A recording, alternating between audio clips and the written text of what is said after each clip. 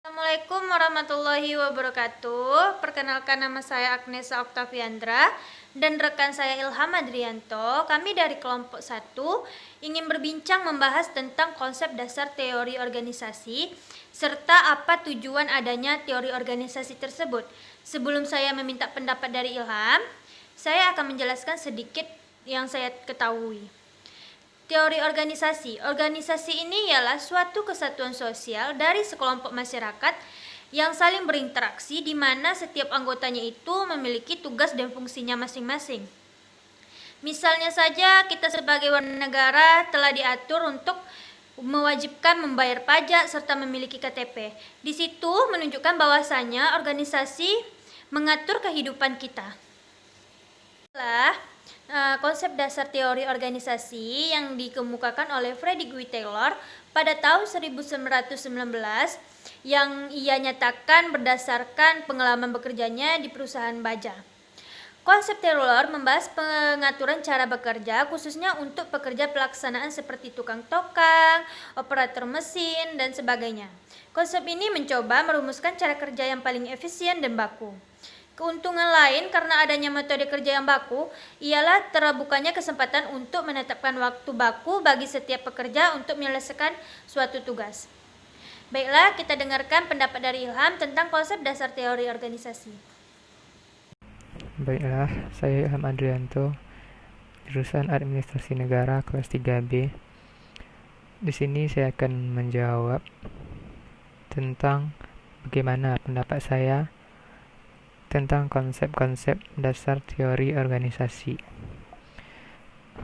Teori organisasi adalah suatu konsepsi, pandangan, tinjauan, ajaran, pendapat, atau bisa juga disebut sebuah pendekatan tentang pemecahan masalah organisasi sehingga dapat lebih berhasil dan mencapai sasaran atau tujuan yang telah ditetapkan secara bersama. Teori organisasi merupakan sebuah ilmu yang disiplin yang mempelajari struktur dan desain organisasi guna meningkatkan keaktifan sebuah organisasi. Dengan adanya teori organisasi, maka dapat menjadikan arahan pedoman bagi seluruh anggota. Pedoman yang dimaksud yaitu tentang bagaimana organisasi mengelola dirinya sehingga sebuah organisasi tersebut dapat mencapai tujuan dan sasaran yang telah ditetapkan dengan efisien dan efektif. Sebelum kita mendengarkan pendapat dari Ilham tentang tujuan adanya organisasi tersebut, saya akan menjelaskan beberapa hal atau memberitahu beberapa alasan terbentuknya organisasi. Yang pertama, karena adanya tujuan bersama yang hendak dicapai. Yang kedua, untuk mewujudkan profesi. Yang ketiga, untuk mengembangkan usaha tertentu. Yang keempat, untuk mendapatkan bantuan dalam rangka pengembangan usaha, serta untuk tandingan organisasi yang ada. Kita dengarkan pendapat Ilham tentang tujuan terbentuknya organisasi. Tujuan terbentuknya organisasi yaitu meningkatkan dan mengembangkan karir anggota, kemampuan, kewenangan profesional anggota, mengembangkan martabat anggota, dan meningkatkan kesejahteraan seluruh anggota. Seperti yang kita tahu, tujuan merupakan suatu hal yang ingin dicapai. Tentunya, dalam organisasi diperlukan sebuah tujuan agar memberikan arah dan menghindari kekacauan.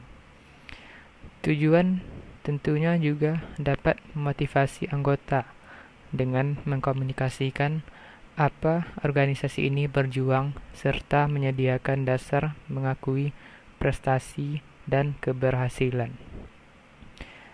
Tujuan juga deskripsi dari apa yang harus dilakukan, berasal dari tujuan spesifik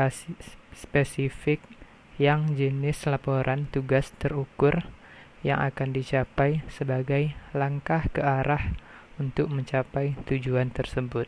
Terima kasih atas penjelasan yang telah Ilham berikan tentang konsep dasar teori organisasi serta tujuannya. Kali ini kita akan mendengarkan pendapat Ilham bagaimana cara agar organisasi tersebut bisa maju.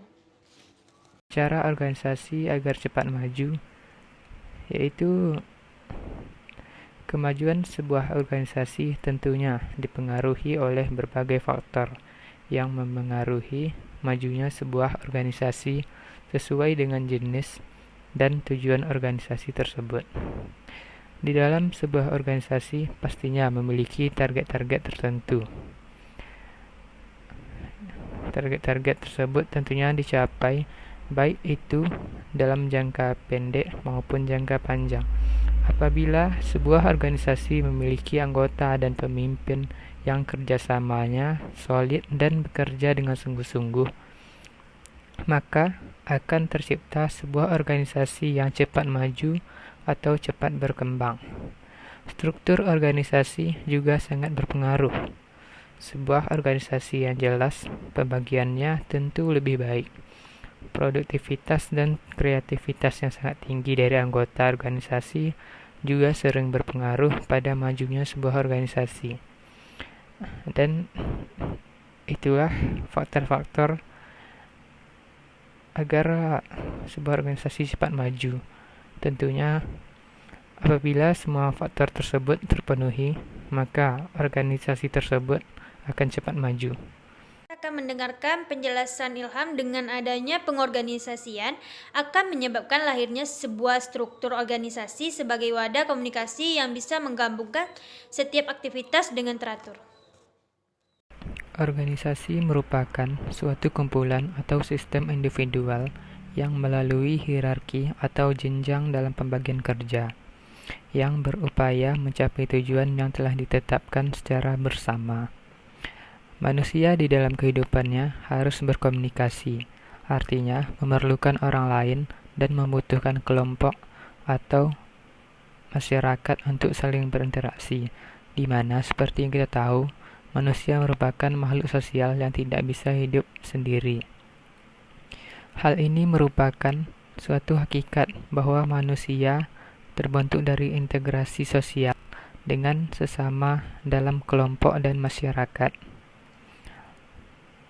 Dalam kelompok atau sebuah organisasi terdapat bentuk kepemimpinan yang merupakan masalah penting untuk kelangsungan hidup kelompok, yang terdiri dari pemimpin dan bawahan atau disebut dengan anggota. Di antara keduanya diperlukan harus ada komunikasi timbal balik untuk mencapai cita-cita, baik itu cita-cita pribadi maupun kelompok untuk mencapai tujuan organisasi tersebut. Kehidupan organisasi tidak mungkin dipisahkan dari komunikasi efektif. Komunikasi juga didasari beberapa perspektif dalam pengembangannya, sehingga berperan penting dalam Sekian dari materi kami tentang konsep dasar teori organisasi serta tujuan dari terbentuknya organisasi. Apabila ada kesalahan atau kekurangan dalam materi kami memohon maaf. Wassalamualaikum warahmatullahi wabarakatuh.